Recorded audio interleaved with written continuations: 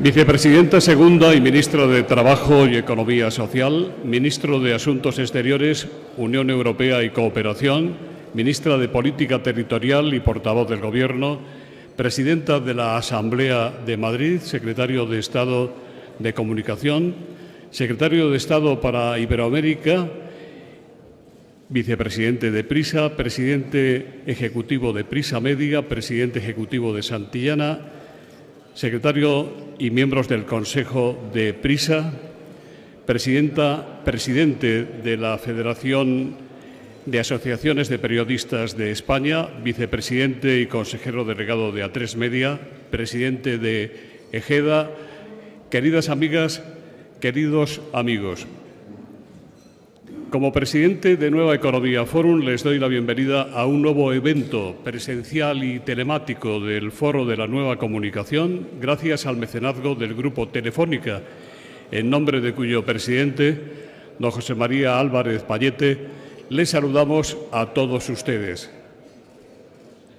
Este acto se transmite desde el Real Casino de Madrid por Movistar 5G en la plataforma Teams y en nuestro canal de YouTube a través de la web nuevaeconomiaforum.org. Hoy tenemos el honor de conversar con don Josep Orulian, presidente del Grupo Prisa, líder global en la creación de contenidos, primer grupo de medios de comunicación en español. Va a presentarle don Gregorio Marañón, históricamente vinculado al Grupo Prisa y en particular al diario El País. Don Gregorio es un referente de la cultura y de la economía de este país, que desempeña, entre otros cargos, el de presidente del Teatro Real, declarado mejor teatro de ópera del mundo. Señor Marañón, la tribuna es suya.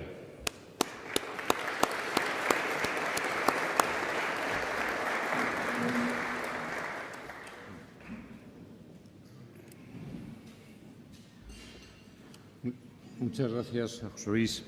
Bien, muy buenos días a todos y gracias en primer lugar a Josep Orulian y a José Luis Rodríguez otra vez por encomendarme esta brevísima presentación, lo que probablemente haya sorprendido a algunos. Josep tiene 50 años y pertenece a una familia armenia masacrada en el genocidio turco de 1915. Solo se salvó su abuelo, que llegó como refugiado al Líbano, llegando a ser, con mucho mérito, durante 20 años el vicegobernador del Banco del Líbano. El padre de Josep fue un reconocido neuropsiquiatra y escritor que emigró a París. Allí nació Josep, realizando luego una excelente carrera universitaria, graduándose en Economía en la Escuela de Negocios de la Sorbona. Es una persona de gran cultura literaria e histórica. La ópera es una de sus grandes pasiones, desde su niñez. Como él cuenta, cuando tenía 10 años, descubrió la película de Losey sobre el Don Giovanni de Mozart, que llegó a ver más de 100 veces, lo que demuestra que cuando se empeña en algo, persevera. Otra pasión suya es el fútbol. Es un accionista de referencia del Millonarios de Bogotá y hace no mucho adquirió en Francia el Racing de Lens, que de su mano ha ascendido a primera. Tras iniciar su carrera en la Société Générale, en noviembre del 2005, ya por su cuenta, fundó Amber Capital en Nueva York, empresa que tiene cerca de $1.000 millones en activos. Josep tiene su domicilio en Londres, pero viaja permanentemente y, desdoblándose, casi vive en Madrid, desde que asumió la presidencia no ejecutiva de Prisa en el 2021, siendo su principal accionista. Trabaja en equipo y tiene el principio, que yo también comparto, de la conveniencia de rodearse de personas mejores que uno mismo.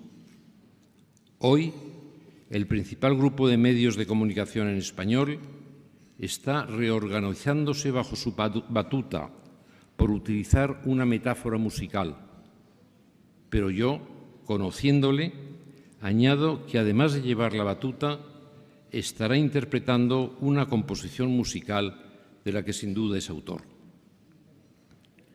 Para concluir, permitidme que haga una referencia a la historia de Prisa, que tanta trascendencia va a tener, sin duda, en la biografía de Joseph. Desde 1977, cuando sale el primer número del País, al final de la dictadura, hasta el año 2007, cuando muere Jesús Polanco, Prisa y el País se conciben y se hacen bajo su presidencia y su inspiración. Añado también que bajo su esfuerzo. Desde el 2007 hasta el 2017, Prisa vive sin duda un periodo de decadencia continuada, porque quienes sucedieron a Jesús no supieron estar a la altura necesaria.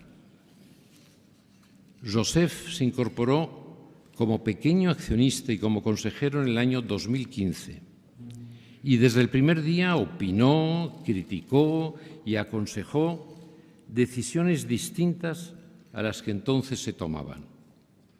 Tuve algunas, incluso bastantes, discusiones con él sin dejar nunca de reconocer su inteligencia, su templanza, su sentido del humor.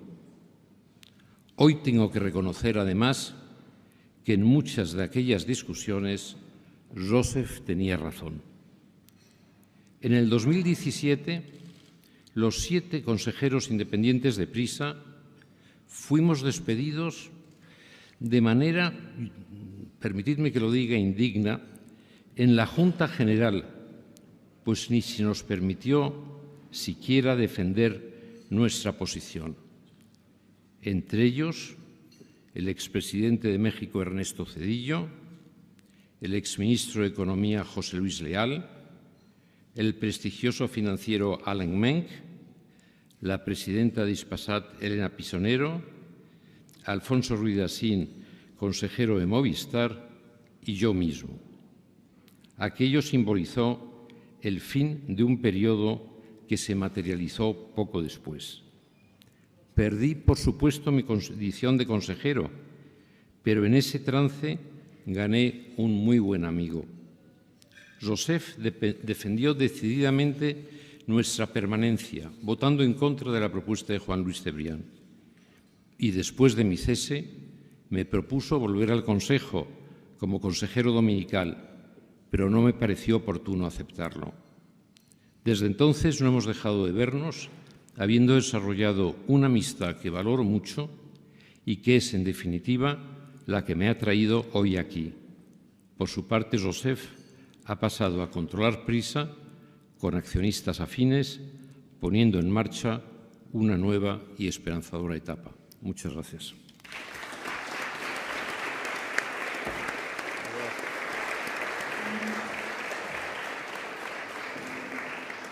Muchas gracias, don Gregorio Marañón, por su presentación. Y ahora vamos a conversar con el presidente de Prisa, señor Orulian. Josep, ¿cómo se encuentra ante el panorama? Bien, un poco sorprendido por la tendencia, pero, en fin. El pasado mes de marzo presentaron el Plan Estratégico para 2022-2025 con unos objetivos claros y ambiciosos. Las cuentas que hicieron públicas el pasado mes de julio fueron positivas, pese al entorno macroeconómico mediatizado por la guerra de Ucrania. ¿Qué esperan para el resto del año? ¿Mantienen los objetivos y las previsiones del plan? En distintos medios se interpreta como un acto de fe y confianza en la compañía el hecho de que usted haya comprado en agosto, a través de Amber, 7,5 millones de acciones del grupo por un total de 3,3 millones de euros, lo que le permite mantener su 30% en el capital. Sí, primero quería agradecerle a Gregorio sus palabras. Con Gregorio hemos tenido en el Consejo muchos desencuentros, muchos momentos difíciles, porque en aquel momento yo creo que la compañía atravesaba un periodo particularmente difícil. Y me he encontrado un amigo, pero me he encontrado una persona elegante, bella, y ha sido para mí un honor estar a tu lado en ese consejo. He aprendido mucho de ti y sigo aprendiendo. Y a veces me cuesta entender ciertas cosas en este maravilloso país, sobre todo en un sector, un ámbito tan complejo como lo es Deprisa, pero gracias a ti y gracias a muchos otros que están por aquí, gracias al equipo gestor maravilloso que tenemos en Prisa, pues vamos adelante. Sí, yo creo mucho en esa compañía. Aparte de comprar acciones, creo que esta compañía tiene un gran futuro, tanto en el sector de educación como en el sector de los medios. Se habla siempre y mucho de los medios. Desde que yo entré en el Consejo, siempre se hablaba de los medios y siempre, sobre todo, se hablaba de la prensa. En realidad, y os puede sorprender, pero Prisa es, antes de todo, y mirando los números, una compañía de educación. Tiene un polo de prensa y tiene un polo de radio muy importante, pero en términos de números es una compañía de educación,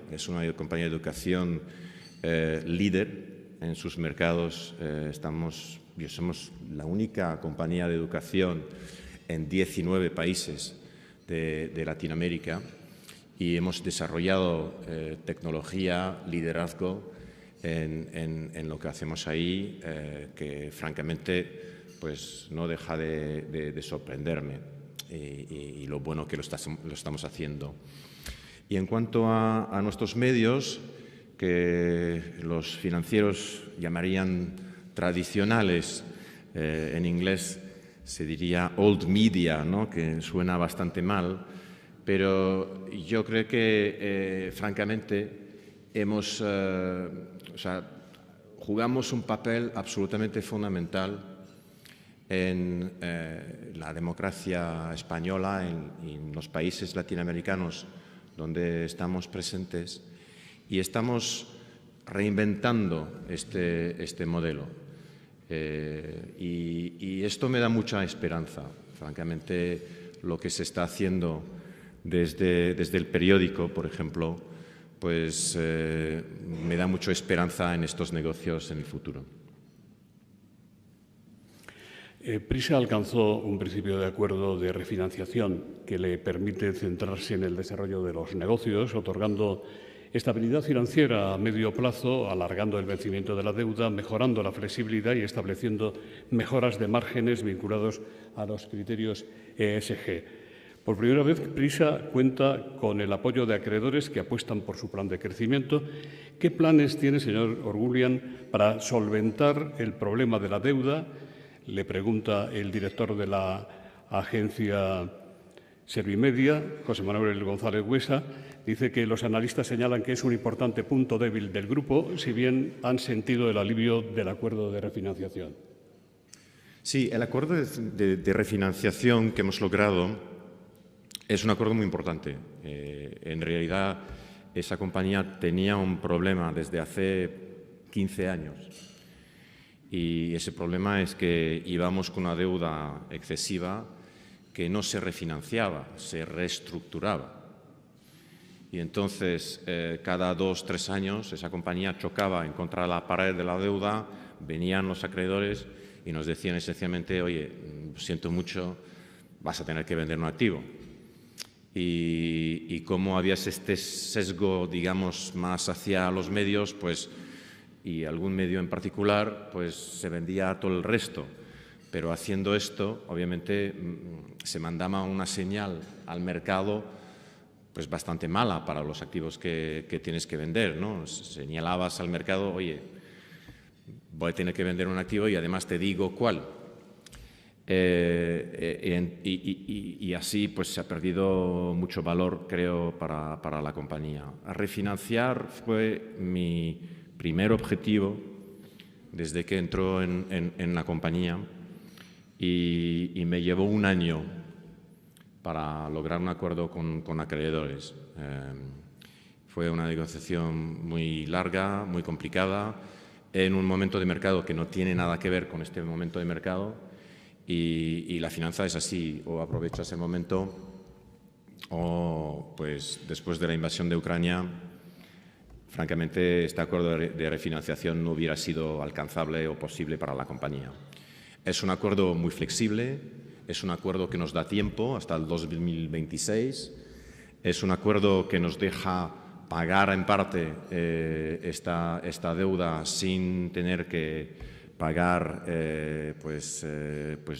dinero que típicamente en estos acuerdos se tiene que pagar unos penalties, ¿no? para repagar parte de la deuda, y entonces es un buen acuerdo para la compañía. De hecho, lo firmamos el día 24 de febrero de este año, que os puede suenar familiar la fecha. El ministro me está mirando porque es el día en cuando los tanques rusos entraban en Ucrania y francamente yo tenía la duda hasta el último minuto de si se iba a alcanzar este acuerdo o no. Pero el hecho de haber refinanciado la compañía no quiere decir que no tengamos demasiado deuda. O sea, tenemos una deuda excesiva, eso está claro, tenemos el tiempo, tenemos la flexibilidad para manejar ese tema, pero tenemos una deuda excesiva y ahora empieza un periodo durante el cual, pues claramente, hemos señalado al mercado que teníamos que rebajar tanto en absoluto como en relativo nuestra deuda. Llevamos 15 años con este problema. Francamente, si no tuviésemos unas marcas espectaculares, si no tuviésemos una plantilla extraordinaria, yo creo que pocas compañías hubieran aguantado el estrés financiero que esta compañía ha aguantado. Junto con la cadena SER, El País es el principal buque insignia del Grupo Prisa. ¿Qué papel va a desempeñar el periódico en el plan estratégico que ustedes han aprobado? Justino Ramírez le pregunta por el chat de Teams qué respondería a quienes dicen que El País hace seguidismo de la figura de Pedro Sánchez y de que su línea editorial aparentemente ya está plegada a los objetivos electorales del PSOE. Yo no me meto en la política española, francamente. Desde este punto de vista, yo creo que sé que en el pasado he tenido algún predecesor que, pues, a lo mejor le gustaba apostar por algún político, pero yo creo que no me corresponde como presidente de un grupo. Soy un hombre de negocios y soy apolítico desde este punto de vista. Luego, tenemos unos medios que son medios de información y que tienen, digamos, una línea editorial. Es la línea editorial histórica, tanto del periódico como de la radio. Francamente, lo miro desde el punto de vista de hombre de negocio, es una línea editorial que a mí me gusta. Me gusta de varias maneras. Lo primero, todo el mercado de la prensa y de la radio en España es de derechas y yo tengo el único medio de izquierdas. Entonces, ¿para qué cambiaríamos de línea editorial para juntarnos con toda la prensa y toda la radio de derechas? Lo hemos hecho en algún momento y hemos visto el resultado. Hemos perdido oyentes, hemos perdido lectores. Entonces, para mí, como hombre de negocio, me parece un buen negocio, ¿no? Y luego, a mí como financiero, o sea, yo llevo casi 30 años haciendo esto, compras, vendes compañías, Esta compañía y la parte de medios es muy especial. Es muy especial. Es un orgullo presidir una compañía como esta. O sea, nuestros medios, aparte el sesgo ideológico que puedan tener, se enorgullecen de su profesionalidad, de medios de calidad, de contrastar la información, que en este momento, con la tentación de irse hacia los extremos, con la tentación de complacer a las redes sociales, sería fácil, ¿no?, de conseguir más seguidores, más usuarios únicos, pues empezando a irse hacia los extremos. Y este grupo siempre se ha resistido. Y yo cuando miro un poco el entorno, el panorama de los medios en España, pero también en Latinoamérica, yo creo que no digo que no quiero ser pretencioso ni arrogante ni nada, pero hay bien pocos medios, ¿no?, de calidad, que contrastan, que hacen su trabajo y a mí pues me hace muy orgulloso de presidir una compañía con este tipo de activos.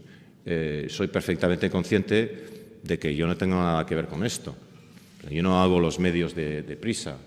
Es una plantilla, es una historia larga. Gregorio hablaba de la herencia de don Jesús, que todos la tenemos presente. Hay unas cosas que se hicieron en su momento, hay una historia de estos medios y hay una sensación desde adentro de la compañía de que lo que vamos haciendo todos los días, lo que ellos hacen todos los días, es un poco más que solamente pues tu negocio, tu trabajo de todos los días.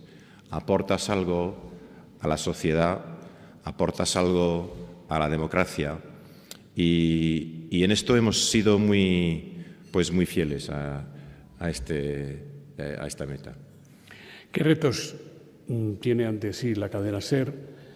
¿Qué papel va a jugar la cadena SER en el plan general estratégico que ustedes han definido, tanto aquí en España como en América Latina, en los países en los que está presente? La cadena SER. La cadena SER. Bueno, tenemos una presencia en la radio que es única. Tenemos en España una presencia que yo creo que no hay otro activo, y digo no solamente en la radio, pero de medios, que tenga tan alcance como la cadena SER. Y siempre en nuestra casa se hablaba del País, y porque era el buque insignia y porque algunos de mis predecesores venían del País. Entonces había una especie de sesgo hacia el niño preferido de la casa. Pero la verdad es que la cadena SER es un activo espectacular y llega a todos los pueblos, todas las regiones de España. Y una de las cosas más agradables que me ha tocado desde que yo llegué a este puesto ha sido pues, viajar por España.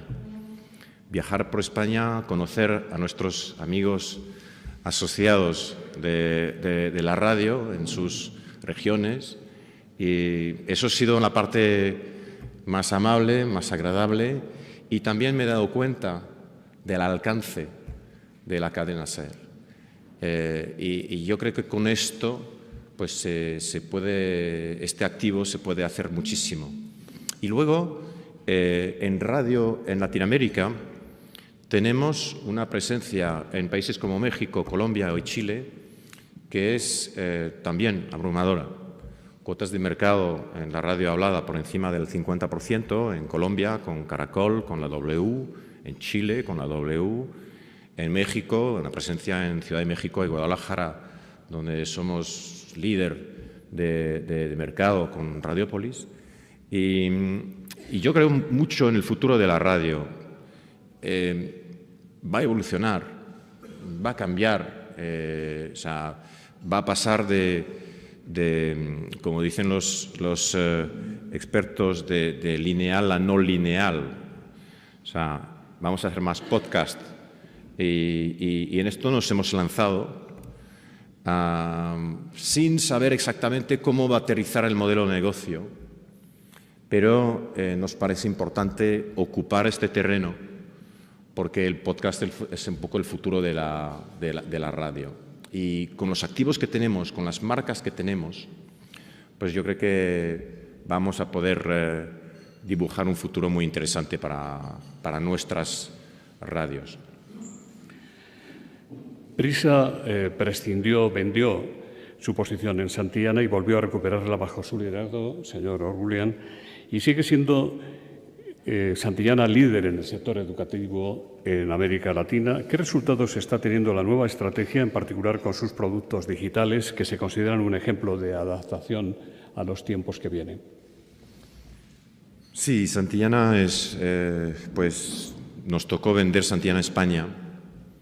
Entonces sé que para muchos de vosotros, pues Santillana es una marca muy llamativa, pero hace 2 años, en plena crisis de pandemia y con este problema de deuda que había y sin haber refinanciado, pues llegaron los acreedores esencialmente y tuvimos que vender un activo y soltamos el activo de Santillana España. Lo que queda en el grupo, a lo mejor esto no lo tenéis todos presente, es un activo bien interesante en toda Latinoamérica, donde se ha desarrollado un modelo de negocio totalmente nuevo, que son los sistemas de enseñanza, que esto esencialmente se dirige a la escuela privada, que es muy importante, es muy potente en todos los países de Latinoamérica, y allí pues nosotros aportamos todo el currículo de manera digital, en papel también, pero sobre todo de manera digital.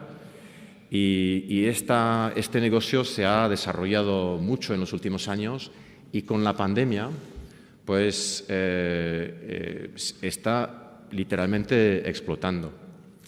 Porque las escuelas que antes pues nos miraban con este producto decían, pues sí, parece interesante, parece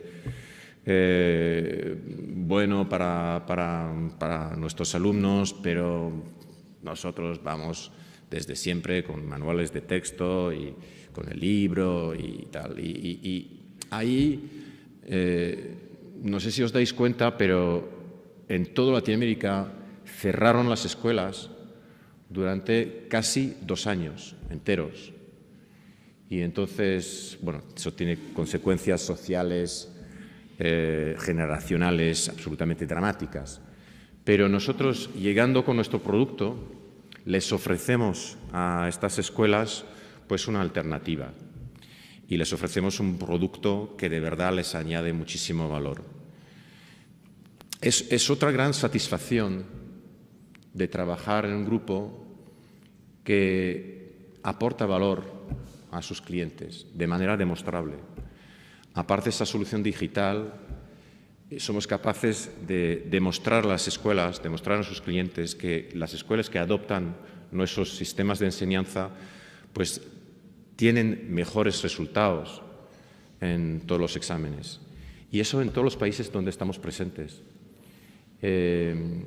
Y eso es pues de nuevo, hablando como financiero y como alguien que lleva muchos años invirtiendo en muchos negocios, eso da mucha satisfacción de poder tener la sensación de que aportas algo a las comunidades locales en cosas tan importantes como la educación en estos países como Latinoamérica, que lo necesitan, y en los medios. Al final, educación y medios de calidad, yo diría, son los 2 grandes pilares de la democracia. Y entonces es, de nuevo, un orgullo para mí presidir una compañía que se dedica a esto. Prisa ha hecho cambios en su presencia en algunos países de América Latina. Ha pasado de ediciones en papel a ediciones digitales, ha replanteado algunos de sus negocios, pero sigue siendo el líder en buena parte de la región. ¿Cómo van a mantener esa posición de liderazgo, incluso incrementarla? Y le preguntan también si a usted no le gustaría plantearse proyectos en Estados Unidos orientados a las audiencias y el mercado publicitario en español. El mercado de Estados Unidos, el mercado de los latinos en Estados Unidos es un mercado bien complejo. Yo como inversor he visto muchísimas compañías españolas que se lanzaban a Estados Unidos desde España o desde México o desde Latinoamérica, pensando que, bueno, hablamos todos español, les vamos a vender nuestros productos y llegaremos. Y yo creo que es un mercado súper complejo. Yo creo que no es un mercado, francamente, entre el mexicano que apenas ha cruzado el Río Grande y vive en California o en Texas, y el puertorriqueño o el cubano de Miami o el colombiano que vive en Nueva York, pues son mundos totalmente distintos. Yo creo que podríamos jugar un papel en los medios, en algunos nichos. En nuestro grupo, la parte de nuestro grupo que más éxito ha tenido en Estados Unidos a la fecha de hoy ha sido el AS. Y hemos aprovechado del éxito de la Liga de Fútbol Española, del fútbol español, del producto del fútbol español, del Real y del Barça, concretamente, y del Atleti, naturalmente, para engancharlo y para dar resultados y comentarios que, pues, en Estados Unidos, como en el resto del mundo, pues la gente está siguiendo mucho el fútbol español, y yo creo que eso es la manera de penetrar a ese mercado. Pero ir a Estados Unidos pensando, yo tengo los mejores manuales de texto o el mejor conocimiento de la educación en español y os voy a enseñar, os voy a explicar cómo se hace, yo creo que eso lo hemos intentado, ha fracasado. O pensar que llegaríamos con el producto del país a Estados Unidos. O sea, hay que hacer cambios. Tenemos una audiencia del país, hablando del país, brutal en Latinoamérica. Pero yo creo que ahí tenemos que hacer un cambio bastante radical, y lo estamos haciendo, lo llevamos haciendo desde hace un año en toda la parte que es el país América.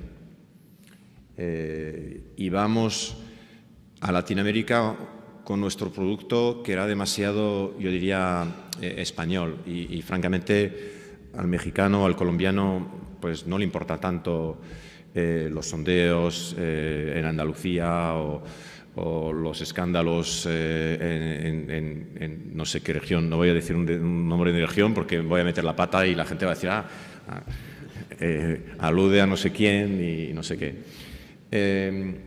Y entonces hay que darles a esta gente, pues, un contenido distinto que les interese. Y eso conlleva, pues, bastante cambios, eso conlleva inversión, eso conlleva hacer sinergias. Por eso fusionamos nuestra prensa y nuestra radio con la radio que tenemos, que es tan potente. O sea, y yo cuando llegué en el grupo, una de las cosas que más me sorprendió es que no utilizábamos en Colombia, donde tenemos esta radio, miles de periodistas. En Colombia no la utilizábamos en el periódico, ni en México, ni en Chile. Hay que apoyarnos sobre esta presencia local para dar más contenido local. Hay que dar más contenido de Estados Unidos. Esta gente, el mexicano, le interesa más la política en Washington que en Madrid o en Europa en general. Pero el resto del contenido que tenemos en país sí que puede aportar mucho y sí que les interesa mucho. La sección internacional del país es una alegría. O sea, yo hasta me leo las noticias de Inglaterra, donde vivo, o de Francia, que conozco bastante, o de Italia, en el país. O sea, nunca se me ocurriría leerme de noticias españolas en el Financial Times o en el Times o en Le Monde. O sea, el nivel de conocimiento, el nivel periodístico, tanto en el país como en la SER, es altísimo y francamente podemos mirar a la cara a los grandes periódicos, a los mejores periódicos y a los mejores medios en el mundo. Y entonces este es un activo que deberíamos de aprovechar y que sí que le interesa al americano o le interesa al latinoamericano en general. Presidente, Prisa ha comprado el 20% que el grupo Godó, editor de La Vanguardia y de RACU, tenía en la cadena SER. ¿Hubiera preferido usted hacer un canje por acciones del país para evitarse el desembolso de 45 millones de euros? José Manuel Rodríguez le pregunta si usted cree que Godó intentará o intenta alguna vez alguna operación para tener una cabecera en Madrid con alcance nacional para llegar a influir donde La Vanguardia no llega y convertirse, obviamente, en competidor del país. ¿De qué manera ha impactado esa compra de acciones al Grupo Godó y el pago diferido de su importe en el plan de refinanciación de Prisa?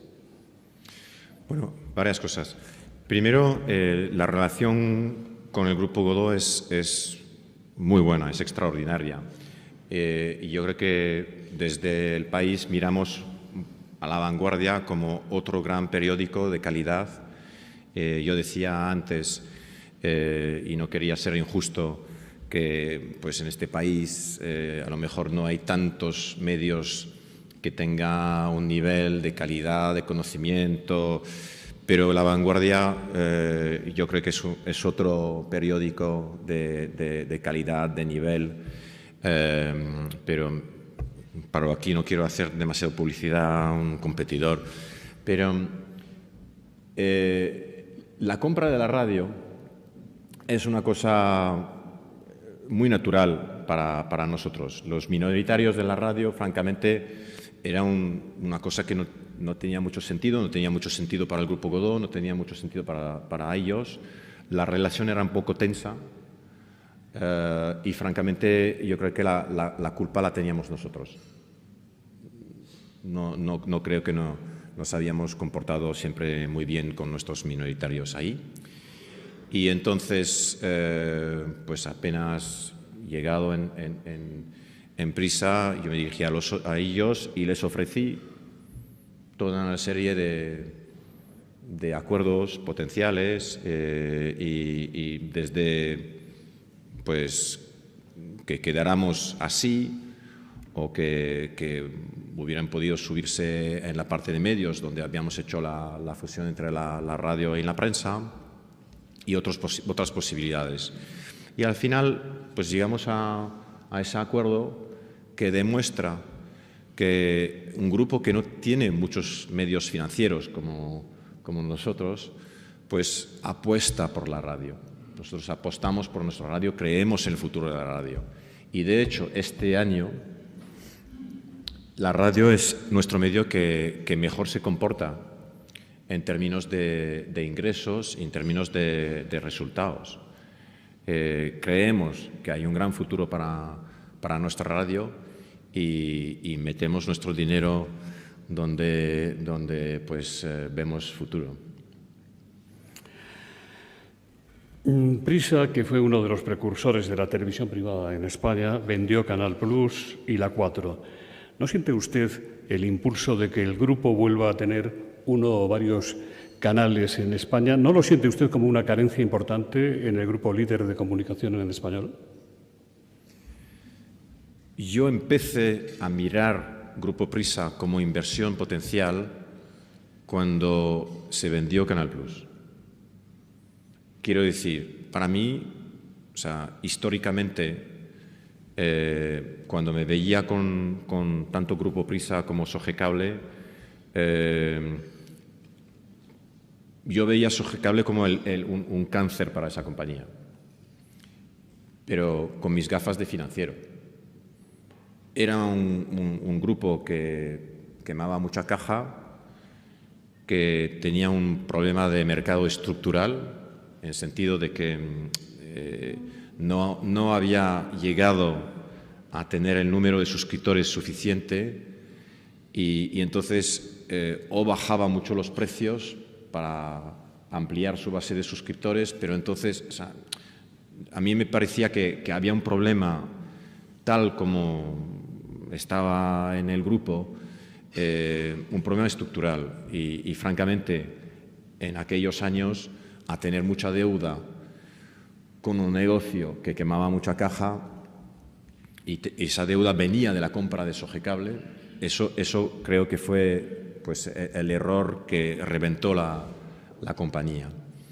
Y entonces, no sé si eso contesta la pregunta de si vamos a volver a la Pay TV en España, pero yo creo que mi visión es bastante clara. Yo creo que algunos activos tienen mejores dueños y yo creo que lo que el Grupo Telefónica ha hecho con Sogecable pues no tiene nada que ver con las posibilidades que nosotros teníamos. O sea, ellos con esa fusión han aprovechado de su red de clientes, lo han puesto en su package de oferta para sus clientes y han crecido mucho la base de suscriptores y entiendo que es un negocio muy rentable para ellos, cuando nosotros, pues francamente, era un negocio muy, muy complicado. Y ni quiero hablar de los derechos del fútbol y de la guerra de fútbol y esas cosas. Luego, la tele como grupo de medios, o sea, hoy en día, francamente, hay unas, y por eso hicimos la fusión de la radio y de prensa. Hay, ¿cómo decir?, esta separación entre la tele, la radio, la prensa, hoy en día no tiene mucho sentido. O sea, quiero decir, voy en red social y me puedo mirar un vídeo, me puedo leer un artículo, me puedo escuchar un podcast. Hay historias que pues, son mejor contadas en podcast. Hay historias que tienes que mostrar el vídeo porque, francamente, si no ves el vídeo, o sea, quiero decir, un partido de fútbol lo puedes contar toda la vida, pero mucha gente quiere ver el gol, ¿no? O sea, por bien que contaras la historia del partido o del gol. Y entonces, para nosotros era una cosa imprescindible, es una cosa imprescindible entrar en el mundo del vídeo. Y por eso pues, estamos haciendo y estamos invirtiendo mucho en temas de vídeos. Si eso quiere decir que un día quisiéramos entrar en la tele, yo eso lo veo más complicado. Yo no sé, el futuro de la free to air, pues de la tele lineal, tiene sus complejidades, son inversiones grandes y francamente no sé si nos conviene en entrar en ese mundo. Pero en el mundo de vídeos sí que quiero estar porque es mi mundo. O sea, yo no puedo imaginar hoy en día un periódico que no tenga vídeos, que no tenga podcast.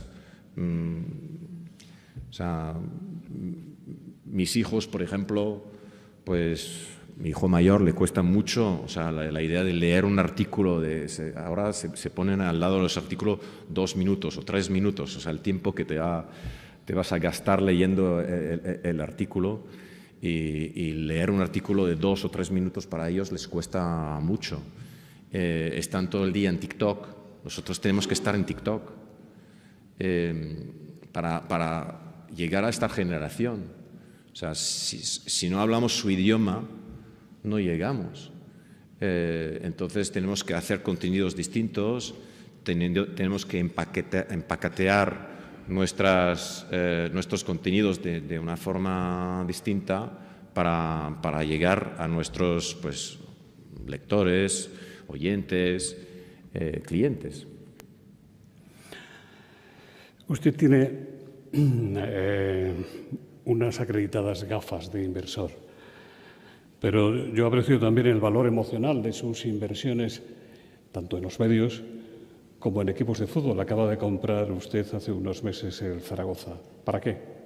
¿Para ganar dinero, para disfrutar? Yo compré un 5% del Zaragoza, o sea, ya tengo un equipo de fútbol en el norte de Francia, me ocupa bastante no, yo he comprado un equipo de fútbol en Francia, me he metido ahí un poco por mis amigos del Atleti, que me han llevado a comprarlo, y eso fue una experiencia extraordinaria. Compré un equipo en segunda división que tiene una afición brutal. En segunda división casi llenaban el estadio con 25.000 de afluencia para cada partido. Y es un equipo pues yo creo que es uno de los equipos más populares de Francia, en el sentido de que es el equipo de la ciudad más pobre de Francia, donde en realidad no hay nada. Es un barrio, son ciudades, pueblos mineros. Ahí cerraron las minas hace 30 años y no quedó absolutamente nada. Y lo único que les queda es el equipo de fútbol. Entonces es una afición brutal. Y ha sido una historia extraordinaria porque hemos llevado este equipo de segunda a primera y de primera a jugar en la parte buena de la liga y tener éxito. Y la transformación de toda una región, la transformación que hemos visto ha sido extraordinaria. Y entonces, cuando me llamaron varios amigos para invertir en el Zaragoza, pues yo le puse una pequeña inversión, porque yo pensé Zaragoza es igual.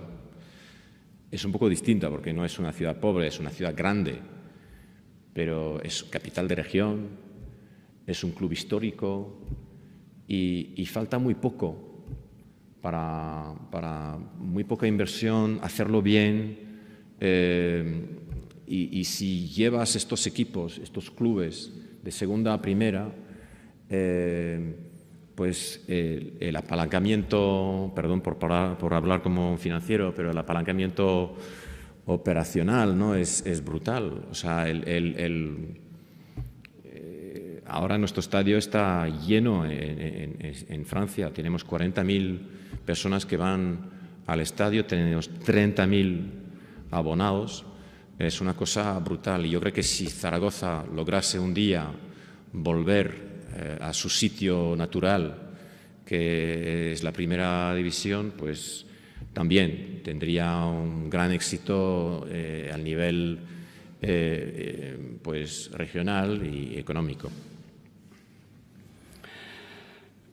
¿A usted le gusta, señor Bulligan, que se le vea como el nuevo Polanco, el influyente empresario y editor que fundó El País y que llevó a las alturas al grupo? Está con nosotros don Manuel, hijo de don Jesús, actualmente consejero de Prisa.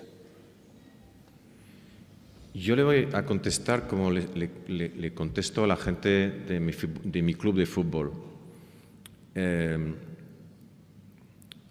Yo soy temporáneo y soy consciente de esto. No lo digo como financiero, pero yo creo que hay que ser humilde cuando uno se está tratando con grupos como Grupo Prisa, que tienen las marcas que tiene, como equipos de fútbol que tienen una afición brutal, y tiene que entender que, bueno, uno viene, pasa y luego pues esos grupos van a seguir viviendo, van a seguir pues en su mundo. Y entonces mi objetivo con el Grupo Prisa es haber llegado en un momento complicado. En el momento de la pandemia fue terrible para el Grupo Prisa porque nos tocó en nuestros dos negocios, tanto en medios como en educación, y en un momento en el cual, francamente, con la estructura de capital que teníamos, pues no teníamos los recursos para enfrentarnos a esta crisis. Y tratar de, una vez que me salga, porque me saldré de este grupo... ¿Qué tiempo pues, se da? ¿Qué tiempo se da?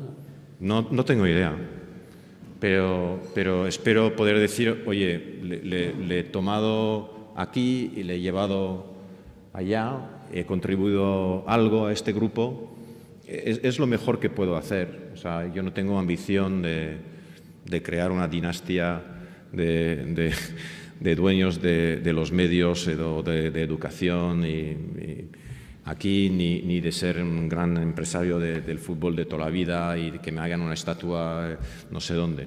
Bueno, me la pueden hacer, pero yo creo que en estos negocios hay que ser muy humilde, hay que ser muy realista también, o sea, de que son cosas que... o sea, el Grupo Prisa es un grupo histórico, es un grupo que tiene una historia y un recorrido largo y existía antes de mi llegada y existirá después de mi ida, está claro. Carlos Cózar, del Independiente, le pregunta sobre su entrada en Indra y le pregunta si ha actuado correctamente Amber en la operación. Hay más preguntas sobre este tema. ¿Por qué entró usted en Indra en una operación para muchos sorprendente y que por su carácter estratégico no podría haber sido sin la anuencia de Moncloa? Dicen, ¿hasta dónde quiere llegar en esta compañía, en Indra? ¿Se plantea entrar en el capital de otras empresas estratégicas españolas, como Red Eléctrica, que a su vez es propietaria de Hispasat, que tiene que ver bastante con la comunicación? Si usted está buscando a la presidenta de Red Eléctrica, está allí. Bueno, ahora llega algo bueno, Lo de Indra, nosotros llevamos años invertidos en Indra, en realidad. Yo soy aficionado de Fernando Abril como gestor y Fernando le ha dado la vuelta a esa compañía de manera absolutamente espectacular. Y pues estoy muy contento de poder pues rendirle un homenaje aquí, porque a veces estas cosas no se dicen, no se leen, pero yo lo viví como inversor. Yo sé lo que era Indra cuando él tomó la gestión de esa compañía en 2014 o 2015 y lo que es Indra hoy. Y francamente para mí es un modelo y me gustaría pues hacer lo mismo o una décima parte de lo que él hizo para esa compañía. Indra es una compañía espectacular. Es una compañía que tiene dos negocios muy interesantes. No tiene deuda, me da mucha envidia. Genera mucho caja, me da mucha envidia. Ahora habla el presidente de Prisa. Pero al inversor le gusta mucho. El título está totalmente tirado, el mercado no entiende este negocio y es una oportunidad de inversión pues interesante. Luego, había un problema de gobernanza, que estas cosas pues pasan, y francamente a la llegada del nuevo presidente nos dimos cuenta de que, por una razón que francamente no entiendo muy bien, pero el Consejo se puso muy en contra y a una especie de llegar a una especie de enroque que era francamente negativo para la compañía y que no iba por ningún lado. Y eso llevamos 18 meses así, en un momento en el cual, francamente, y ahora habla el inversor, pero habla también el ciudadano pues, español, ¿no? De adopción, si me permitéis. pero es una compañía clave para este país en este momento. Y yo creo que la guerra de Ucrania lo ha demostrado. España lleva décadas sin invertir en su defensa. Tiene que invertir en su defensa como el resto de Europa. El mensaje de la OTAN, el mensaje de los americanos ha sido bastante contundente. Y entonces tiene dos opciones. O puede, duplicando el tamaño del presupuesto de defensa, o puede comprar F-35 de Lockheed Martin. Ok. A lo mejor van a hacer una planta de asamblaje por algún sitio en España con algunos empleos de baja calidad, o puede fomentar una industria de defensa potente. Yo creo que aquí el Gobierno ha mandado un mensaje clarísimo, y por todas partes, y ha dicho: nosotros queremos fomentar una industria de defensa para crear empleo en este país y para también hacer mucho más I+D. Sabemos toda la I+D que viene del mundo de la defensa y que tiene también repercusiones en las áreas civiles. A mí me parece una estrategia sensata, pero yo como inversor, que a veces me leo los periódicos y las declaraciones y trato de anticipar las cosas, me digo: este Gobierno va a duplicar el tamaño de la defensa. Este Gobierno quiere invertir en la defensa nacional. Este Gobierno ha indicado, aumentando su peso en Indra, que la compañía elegida es Indra. Oye, pues me parece una inversión bastante interesante, ¿no? ¿Cree usted que España sigue siendo atractiva para los inversores internacionales, además de usted? España es súper atractiva para los inversores extranjeros. Está ubicada en una zona, Europa muy estable, democrática, con Estado de Derecho. Yo leo mucho por todas partes que aquí la política es un desastre, el enfrentamiento constante. Francamente, no os dais cuenta yo no sé si diría lo bueno que es la política española, quizás sería demasiado, pero lo mejor que es la política española respecto al resto de Europa. Aquí no hay ningún partido que de manera abierta haga campañas en contra de Europa. Que los hay en Francia, que los hay en Italia, y no os cuento Inglaterra, donde eso ha sido el eje del Partido Conservador y de la clase política inglesa desde hace siempre, y hemos visto el resultado. Y se va a ver el resultado. O sea, el desastre económico que es Inglaterra en este momento, pues es fruto del Brexit, es una consecuencia directa de Brexit. El desastre que es la política inglesa en este momento es el resultado de Brexit. España no tiene este sesgo. Yo diría que es quizás el único país europeo, con Portugal, que no tenga un partido abiertamente anti-europeísta. O sea, eso es invaluable. España es un país atlantista. O sea, no os podéis imaginar en países como Francia, en Italia, la potencia del lobby ruso. Que hay algunos partidos políticos potentes que están financiados directamente por el Kremlin. Esto, en este país, aparte cosas no marginales, como el independentismo en algunas partes, lo que vosotros llamáis nacionalismo, que es un regionalismo en realidad, pero en realidad esto no existe. No hay figuras políticas potentes que van defendiendo a Rusia en este momento. Y de cierta manera yo creo que Europa ha sido muy naif con Rusia.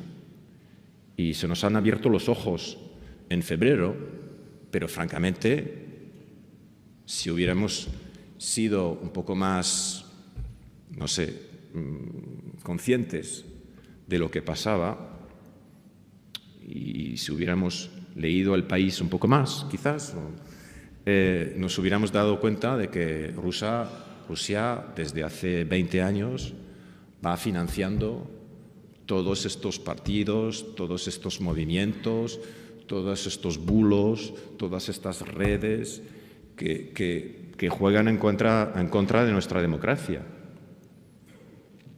O sea, el papel de Rusia está muy claro. Nosotros en Inglaterra lo hemos pagado caro. Hablaba de las consecuencias de Brexit, pues Brexit en gran parte fue ayudado, fomentado, o sea, en las redes sociales por los rusos. Y pasó lo mismo en Francia, donde un partido, que es un partido bien importante, que llegó en la segunda ronda de la elección presidencial, que es un partido, no sé si decir fascista o no, pues no se sabe muy bien si en Francia hacen la diferencia entre la derecha extrema y la extrema derecha, o sea, pero en fin, financiado por Putin. Y esta gente claramente está pues jugando en contra de nuestros valores, de las cosas que son las más importantes para nosotros. Y yo creo que España puede ser muy orgullosa de no haber caído en estas trampas, que hubiera sido pues bastante fácil respecto a muchos otros países. A mí como inversor me da cierta tranquilidad, sí. Me da cierta tranquilidad. Y de hecho, si me miro el mercado de los bonos, el bono español tradea en un spread, ¿no?, mucho más bajo que el bono italiano, porque los italianos llevan ya 10 años jugando con esto, que sí, que no, que voy a salir de Europa, que quiero salirme del euro, todo este ruido a cierto punto le llega al inversor y le marea. Esto en España no existe y espero que siga así, porque eso es un activo que España tiene, que es muy importante. Y luego, pues, España, que os voy a contar, pues, ese país es la leche. Es un país fantástico, lo tenéis todo.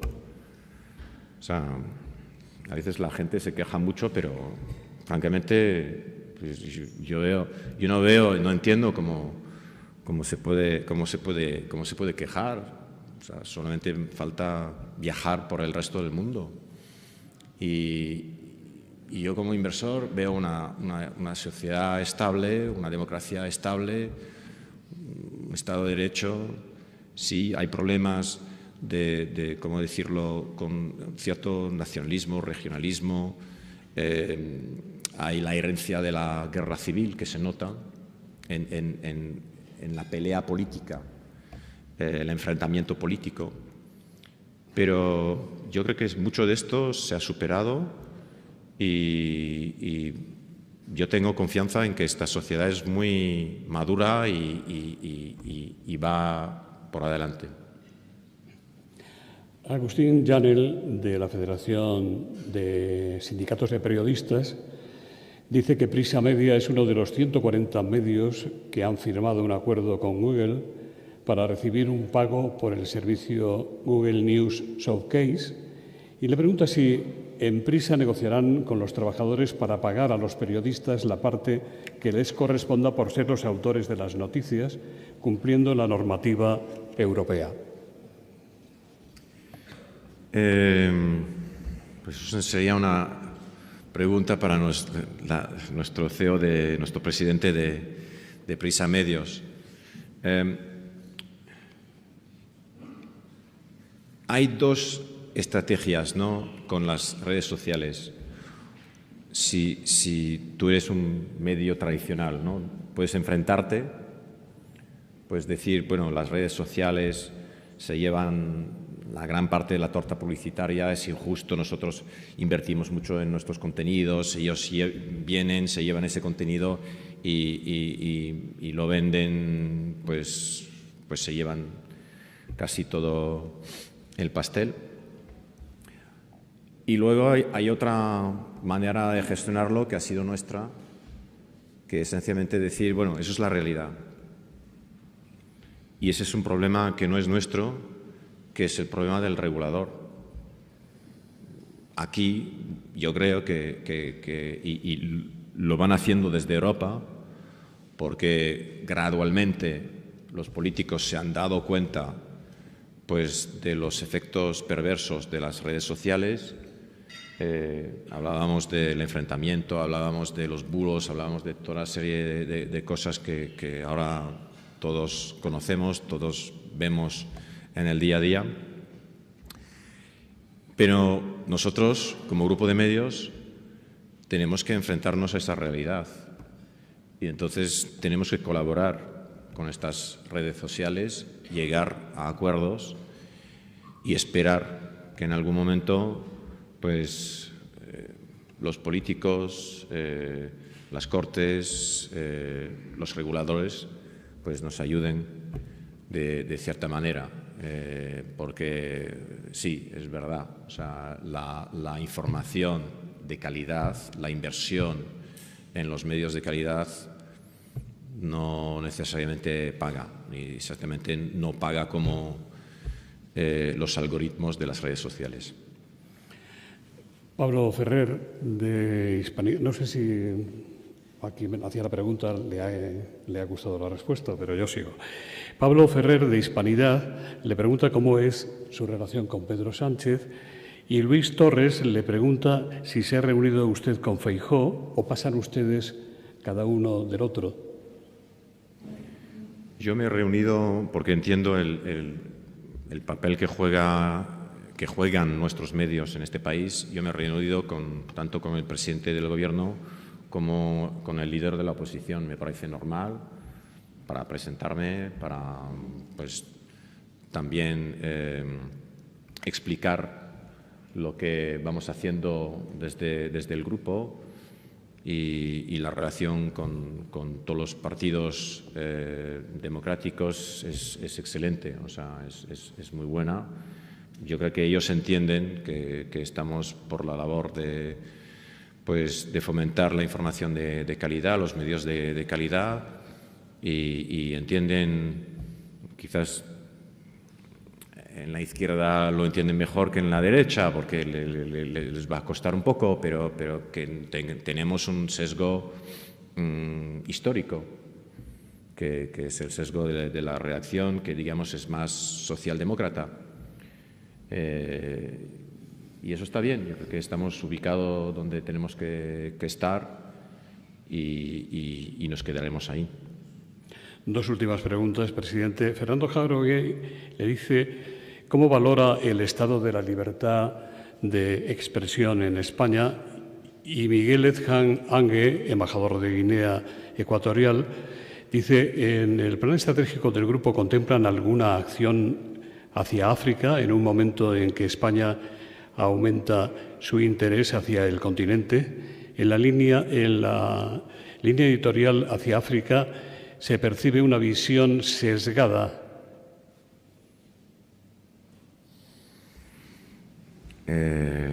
Pues no sería capaz de contestar esta pregunta. Nosotros, yo creo que, volviendo a lo que yo decía de la cobertura internacional que tenemos, yo creo que tenemos una cobertura muy amplia, muy profunda, de mucho conocimiento.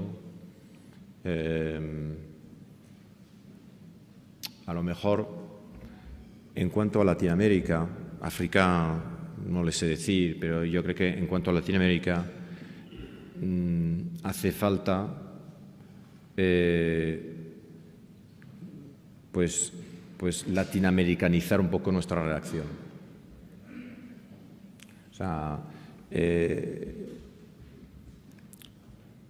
si pretendemos de verdad ser un periódico o el gran periódico del mundo hispanohablante, no podemos funcionar como funcionábamos hace tiempo, que era mandar corresponsales españoles a Bogotá, o a la Ciudad de México, o a Estados Unidos. O sea, yo creo que tenemos que meter mucho más latinoamericanos, tenemos que meter mucho más diversidad en nuestra redacción. Y eso imagino que vale también para África. Sobre la libertad de expresión en España, ¿cuál es su juicio? Yo me he expresado sobre España, la democracia, y bueno, me parece que España, o sea, no tiene problemas de libertad de expresión. O sea, a mí me parece que hay muchos medios en España, o sea, muchos chiringuitos que se montan en el mundo digital, y quizás es la cosa que más me llama la atención. Eso no lo veo en otros países del mundo, de que casi todos los días nace un nuevo medio digital con dos periodistas que se salen de otro medio digital y que lanzan un medio digital. Y francamente yo me confundo, me pierdo, y gracias a mi equipo de comunicación me dicen, no, esto no. Y a veces se parecen mucho entre ellos y casi tienen el mismo nombre y apellido, y entonces pues yo me confundo mucho y es una cosa un poco rara. Yo creo que no nos afecta mucho. No nos afecta mucho. Estamos nosotros donde nuestros lectores nos esperan. Y hay todo un mundo ahí de gente que van más por los algoritmos o que están financiados por algunas corporaciones para fomentar o para difundir algunos discursos, pero no tengo la sensación de que pinte mucho. Me han encantado muchos de los análisis que ha hecho. Señor Orulian, antes de darle a usted un último turno para mensajes finales, permítame que le ofrezca el micrófono a doña Eva Fernández, directora global de comunicación de Telefónica, que gracias a su mecenazgo hace posible este foro de la nueva comunicación. Gracias, José Luis. Muchas gracias a todos por dar la oportunidad en nombre de Telefónica de estar aquí hoy, cumpliendo nuestro propósito, que es conectar la vida de las personas, conectar puntos, porque nuestro negocio, como el de la comunicación, va de conexiones, pero sobre todo va de personas. Hoy hemos escuchado en muchas ocasiones a Josep hablar al margen de fútbol, ha hablado de la verdad, de la educación y de la democracia y de la libertad, y creo que no ha sido casualidad, porque son tres conceptos que solo tienen sentido en su completitud. Nadie creemos o confiamos en una verdad a medias, ni en una educación mediocre, y mucho menos queremos vivir en un país con una democracia o con una libertad a medias. Son cosas que son o no son. Por eso estamos totalmente de acuerdo que el periodismo de calidad es el mejor negocio, entendido como el compromiso de la palabra con la verdad, que nos va a permitir tomar decisiones fundamentadas para construir ese mundo mejor y, por supuesto, en libertad. Y si a eso le unimos la fortaleza transformadora de la educación, seguramente estaremos todos muy bien equipados para hacer frente a toda la transformación que nos viene, TikTok o no TikTok, y hacerlo con éxito. Desde luego, Telefónica siempre la encontrarán apoyando el periodismo de calidad y la educación. Muchísimas gracias a todos.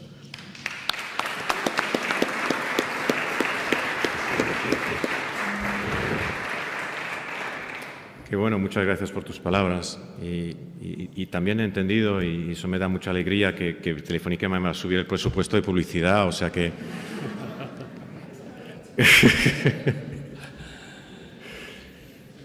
¿Algo más? ¿Ya lo ha dicho todo?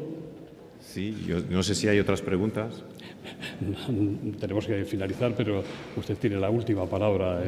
Bueno, no, nada, gracias a todos por haber venido. Nosotros, lo habéis entendido, seguimos apostando por nuestros negocios, les vemos con mucho futuro, con mucho recorrido y francamente, desde la cúpula, con mucho orgullo de servir esa compañía. Gracias a todos.